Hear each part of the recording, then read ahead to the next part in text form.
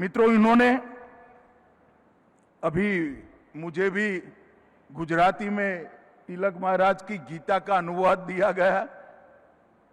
मेरा सभी युवाओं से आग्रह है, गीता को तिलक महाराज की दृष्टि से पढ़िए। आपके जीवन में कभी आप गलती नहीं कर पाएंगे, ये मैं आपको गारंटी देता हूं। ये जो ग्रंथ है वो श्रीमद् भगवत गीता का व्यवहारू स्वरूप क्या हो सकता। एक आम आदमी, एक विद्यार्थी, एक युवा, एक किशोर, एक नागरिक भगवत गीता को कैसे जी सकता है, उसका व्यवहारू स्वरूप तिलक महाराज ने हम सब के सामने रखने का काम। उन्होंने उस जमाने में new English school, Deccan education society और फर्ग्यूसन कॉलेज तक की पूरी शिक्षा की चक्र की व्यवस्था पुणे में करने की व्यवस्था की। और उन्होंने बुद्धि को ज्ञान देना ये शिक्षा का काम है। ये मंत्र दिया, चरित्र को दृढ़ीभूत करना वो शिक्षा का काम है। और शिक्षा प्राप्त कर कर जो बड़े होते हैं वो सभी भारत माता के चरणों में समर्पित करे, वो शिक्षा है। वो व्याख्या उन्होंने की। अंग्रेज अगर किसी अखबार से डरते थे तो केसरी और द मराठा से डरते थे, और उसमें अखबार से ज्यादा तिलक महाराज का बहुत बड़ा योगदान था। उन्होंने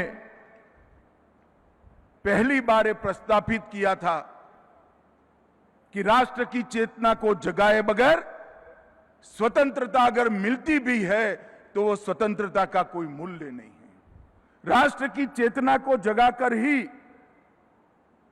स्वतंत्रता प्राप्त करनी चाहिए। दूसरा, उन्होंने कहा था संगठन के बगैर, जनशक्ति के बगैर राष्ट्र शक्ति कभी निर्मित नहीं हो सकती। और उन्होंने कई प्रकार के उत्सवों के माध्यम से न केवल महाराष्ट्र, देश भर की जनता को संगठित करने का काम किया। आत्मनिर्भरता, अनुशासन और उत्तरदायित्व को भी, कर्तव्यों को भी, इनके स्वराज पर के जितने भाषण हुए होंगे उसको पढ़ोगे तो मालूम पड़ेगा कि आत्मनिर्भरता वो भी स्वराज का हिस्सा है। अनुशासन, डिसिप्लिन वो भी समाज का हिस्सा है, स्वराज का हिस्सा है। और कर्तव्य भाव देश के प्रति, हमारे संविधान के प्रति, वो भी स्वराज का हिस्सा है।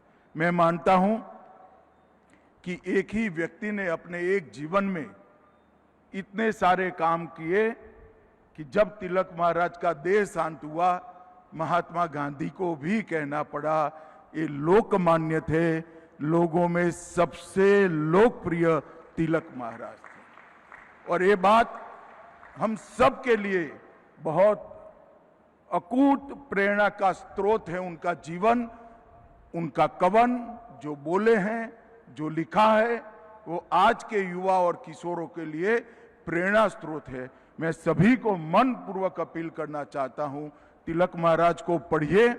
आपको मालूम पड़ेगा कि तिलक महाराज का लेखनी कभी कालबाह्य नहीं होगा, ये एटर्नल है, हमेशा देश का मार्गदर्शन करता रहेगा।